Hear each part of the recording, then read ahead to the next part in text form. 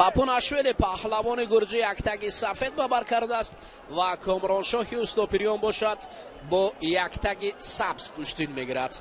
دو پهلوانی که در گشتین جدا، اگر پهلوان گرجی پاپوناشویلی در گرانپری ها رقم 3 باشد، پس کامرانشاه اوستوپیریان باشد در گرانپری ها 3 مرتبه گرانپری را با نشان طلا در نماد گشتنی جدا جان بست کرده است. دو پهلوانی که مکتب خوبی گشتنی جدا را میدانند، حالا در میدان قهرمانی مسابقات بین المللی گشتنی ملی تاجیکی گشتنگیری نبرد میبرند.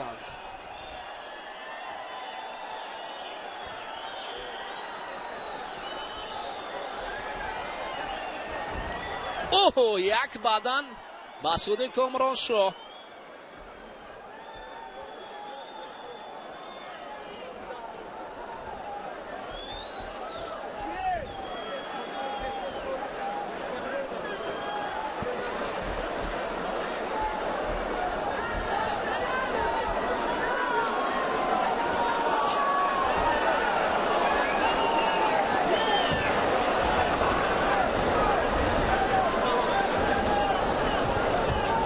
اکنون کامرانشاه با پهلوان گرجی برای به دست آوردن امتیاز دست و چنگال هستند.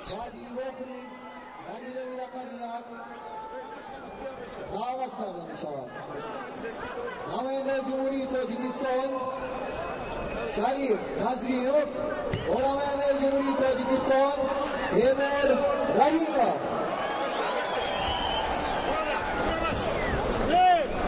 کامرانشاه اوستوپیریان حرکت‌های جذاب با مقابل رقیبش حرکت میکند.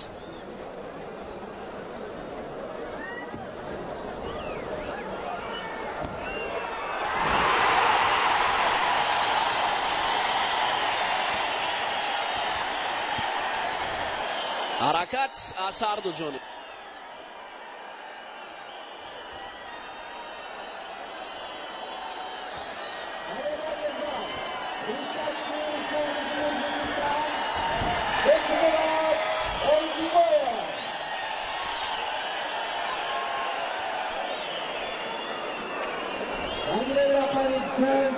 دعوت کرده می شود.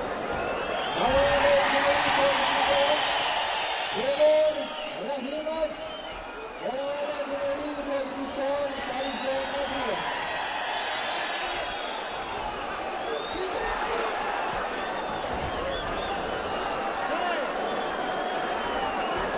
اینجا پیوسته کامرانشاه اوستوپیریان حرکت میکند، هجوم میکند و حرکت هجومی اون دوستان عزیز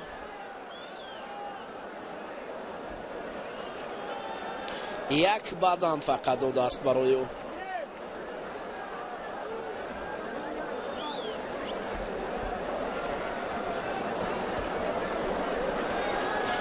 در اینجا مخلصان خیلی زیاد هستند. از طرفی دستی راستی روان با یک تکی سفید نماینده جمهوری تاجیکستان شریف جان نظریوف. از طرفی دستی چپی روان با یک تکی سبز نماینده جمهوری تاجیکستان تیمور رحیموف. اوهو، پرتاب تلال. کامرانشاه اوستوپیریان اکنون در وزن تا 90 کیلو با قسمت فینال را با جهانگیر مجیدوف گشتین میگیرد.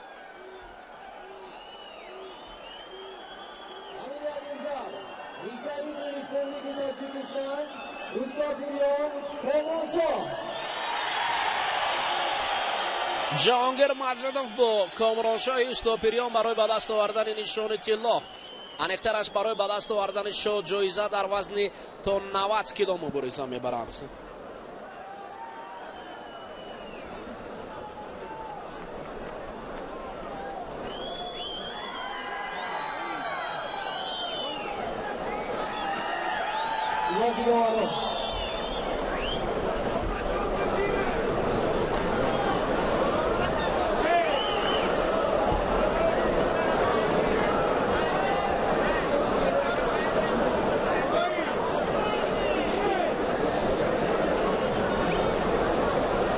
خب و دقت همه دیواران